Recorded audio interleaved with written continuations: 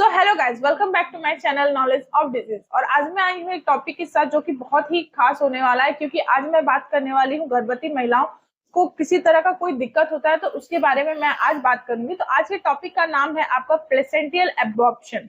Absorption क्या होता है उसके बारे में आज मैं बात करूंगी कि ये सारी चीजें होती क्या है। तो चलिए बिना वक्त गए स्टार्ट करते हैं कि ये सारी चीजें क्या है। जो एक प्लेसेंटा होता है वो गर्भवती महिला के लिए या फिर ये कहूँ कि बच्चे के लिए बहुत ही खास होता है, जो कि गर्भ में इम्प्लांटेशन होने के बाद ये एक बच्चे को न्यूट्रिशन या फिर पोषक तत्व को पहुंचाने का काम करता है बच्चे तक। अगर उस प्लेसेंटा के गर्भनाल को अगर कोई किसी भी तरह की कोई प्रॉब्लम कोई दिक्कत होती है, उसकी वजह से उस बच्चे को पोषण नहीं पहुंच पाता और वो बच्चा एक तरह से डेवलप नहीं हो पाता है, या फिर ये कहूँ कि इन डेवलपमेंट के का शिकार हो जाता है, या फिर उसकी हेल्थ अच्छी नहीं होती है जिसकी वजह से बच्चा सरवाइव नहीं कर पाता है। तो हम ये होता है प्लेसेंटा का मेन वर्क।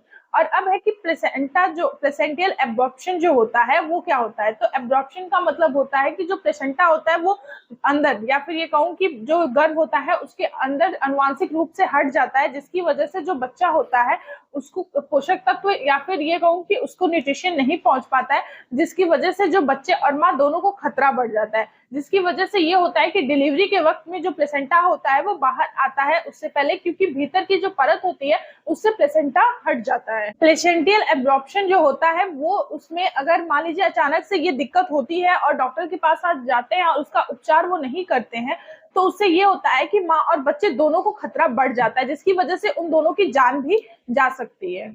अब हम बात करते हैं कि प्लेसेंटियल एब्जॉर्प्शन के लक्षण क्या क्या होते हैं। तो प्लेसेंटियल एब्जॉर्प्शन के लक्षण ये होते हैं कि योनि से अगर रक्त स्राव आता है तो उसको हम बोल सकते हैं पेट में दर्द होना, गर्भ में संकुचन होना, या फिर वेजाइनल ब्लीडिंग होती है तो भी ये होता है। कभी कभी ऐसा होता है कि प्लेसेंटियल एब्जॉर्प्शन में कमर में बहुत ज्यादा दर्द होता है, जिसकी वजह से जो माँ होती है या फिर प्रेग्नेंट लेडी होती है उसको बहुत ज्यादा तकलीफ होती है। तो ये सारे लक्षण होते हैं प्लेसेंटियल एब्जॉर्प्शन के। अब हम बात करते हैं कि प्लेसेंटियल एब्जॉर्प्शन के कारण क्या क्या होते हैं। तो इसका कोई मेन कारण नहीं निकला है, ठीक है, लेकिन फिर भी जो चीजें होती है उसको माना जाता है कि मान लीजिए गर्भ में अगर चोट लग गई हो या फिर गर्भवती महिला के पेट में अगर चोट लग गई हो तो उसकी वजह से भी ये सारी चीजें हो सकती हैं। तो प्लेसेंटियल एब्जॉर्प्शन के कोई मेन कारण नहीं है, लेकिन मेन यही माना गया है कि अगर गर्भ अवस्था के दौरान अगर उसको चोट लग जाती है तो उसका ये कारण हो सकता है, या फिर ब्लीडिंग शुरू हो जाती है तो भी हो सकता है प्लेसेंटियल एब्जॉर्प्शन। अब हम बात करते हैं कि प्लेसेंटियल एब्जॉर्प्शन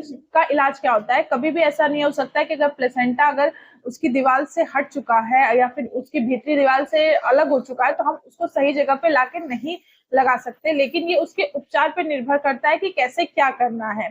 ठीक है, इसमें ये दिक्कत आ जाती है कि मान लीजिए कि अगर डिलीवरी होने का वक्त होता है तो अगर प्लेसेंटा ऐसा हो गया है तो वो प्लेसेंटा पहले निकलता है, जिसकी वजह से जो बेबी होता है उसको भी खतरा होता है और माँ को भी खतरा होता है। बच्चे को ये खतरा होता है कि जो ब्लड होता है या फिर ये कहूँ कि उसके अंदर जो गंदगी होती है प्लेसेंटा के अंदर वो चीजें पूरे वाटर में फैल जाती है, एमनियोटिक फ्लूइड में मिक्स हो जाती है, जिसकी वजह से वो बच्चा पीता है और उसके पेट में कचरा होने की वजह से उस बच्चे की डेथ हो सकती है। और माँ को ये दिक्कत होती है कि वो ब्लीडिंग होना स्टार्ट हो जाती है, जिसको कंट्रोल न किया गया तो माँ की भी जान जा सकती है, जिसमें कि माँ और बच्चा दोनों को खतरा बना रहता है और उससे उनकी मौत भी हो सकती है या फिर दोनों को अपनी जान गंवानी भी पड़ सकती है। इस वजह से इस गंभीर समस्या के लिए प्रेगनेंसी में बहुत ज्यादा ही केयर करनी पड़ती है माँ की, जिसकी वजह से उसको सेफली दोनों माँ और बच्चे दोनों को सेफ रखा जा सके। तो ये था प्लेसेंटियल एब्जॉर्प्शन के बारे में, जिसके बारे में मैंने आपसे पूरी तरह से डिस्कस किया कि ये क्या होता है, कैसे होता है, इसका इलाज, सारी चीजें मैंने आपको बताया कि इसके कारण लक्षण क्या है। आई होप आपको वीडियो पसंद आई होगी और समझ में भी आई होगी। अगर आपको समझ में आए तो प्लीज उसको लाइक करिए, शेयर करिए, मेरे चैनल को सब्सक्राइब करिए। अब मिलते हैं नेक्स्ट वीडियो में, तब तक के लिए थैंक यू।